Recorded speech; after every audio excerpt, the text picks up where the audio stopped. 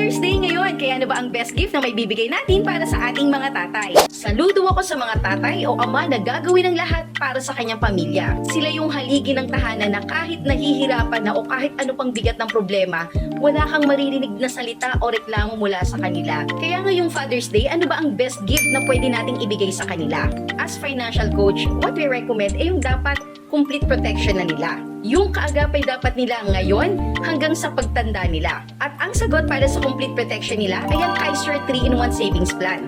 Meron itong healthcare or HMO na magagamit nila ngayon lalo na sa pagtanda nila or habang sila ay nabubuhay pa. Kung ang healthcare ay protection para sa kanya, ang life insurance component naman ng plan na ito ay para naman sa inyong pamilya. Para kung ano man ang mangyari sa kanya ay merong instant money na matatanggap ang pamilya. At kung hindi man niya nagagamit ang kanyang healthcare ay mapupunta ito sa kanyang health savings account na lumalago pa para balang araw ay prepared na siya para sa kanyang retirement. Kaya ang Kaiser Long-Term Healthcare Plan ang pinakamagandang regalo na may bibigay natin sa kanila.